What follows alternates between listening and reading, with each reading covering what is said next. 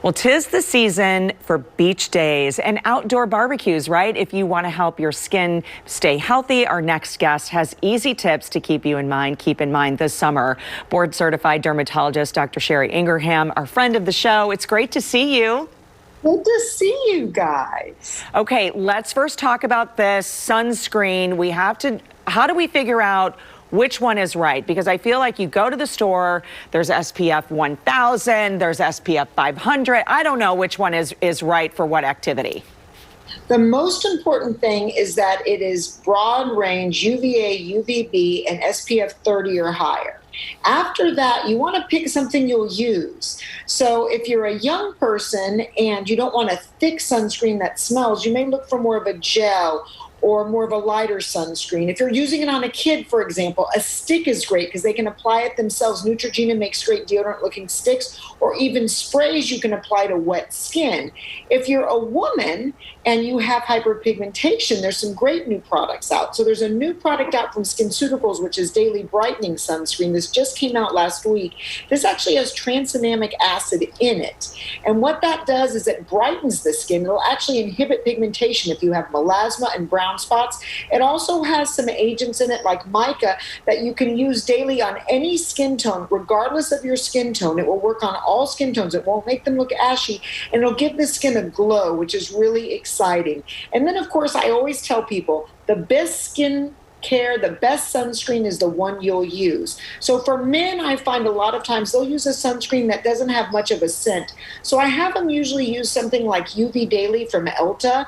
It's a great SPF that has zinc in it, but it also doesn't have much of a scent. And of course, if you're someone who's sensitive to sunscreens or you feel like you're allergic, you need a physical sunscreen. So you want to look for something that says sensitive skin or physical. Aveeno, Neutrogena, and Elta all make pure zinc and titanium sunscreens for sensitive skin. Okay, all great options as well. Let's talk about some serums, because I know we're always talking about fighting wrinkles, and you say vitamin C is the best thing to use, and we can do that right now through summer. You can do that every day. I always tell people, I don't even think I missed a day. Before COVID, after COVID, this is my holy grail. And the reason is it is so active in the skin and it's absorbed in the skin. But the key is it has to be at the right pH and the right concentration. So you want vitamin C in a serum form, and you want it to be at about 15%. Anywhere from about 10 to 25% is the most active, best absorbed by your skin. You want to put this on in the morning, leave it on a minute, and put your sunscreen on top. Actually, I've got men who do this because it's so well absorbed, but that creates an environmental shield. So it blocks a lot of this air pollution we have. We now know ozone contributes to brown spots and skin damage, but it also combines with your sunscreen to give you the best environmental shield possible. And then it helps to lighten brown spots and stimulate new collagen. So it's really for everybody. I chase my children around literally in the morning and put this on them as well. I love it. It sounds like a winter product. Okay, Dr. Ingraham, I know we have to say this, avoid the sunburn, but if it happens, what do we do?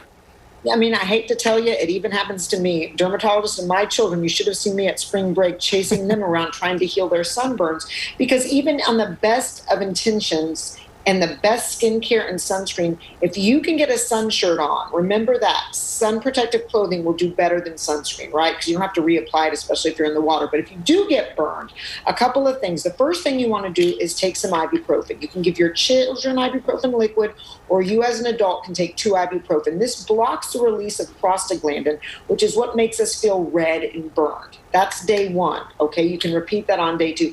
Also getting a compress, a little washcloth with some cold milk on it or cold water, laying it on the area can soothe.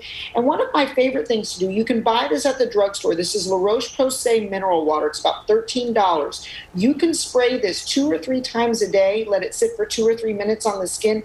It has antioxidants and minerals that soothe the skin, so for a really significant burn, it'll take that temperature down. Also, if your rosacea is flaring, it'll take the temperature down. And then if you're still uncomfortable, grab some over-the-counter Cord-Aid and put it on those spots that feel burned. Of course, if you're significantly burned or blistered, don't peel or pick on those blisters and go see a dermatologist. Absolutely. And I know for TLC for the skin, you say hydration, omega-3s, eat your veggies and fruits, blackberries, raspberries. Those are great boosting. And also make sure you put on enough sunscreen. We hear you every single time. Dr. Sherry Ingraham, always great to connect with you. And thank you so much for sharing all of your knowledge. Thank you so much for having me.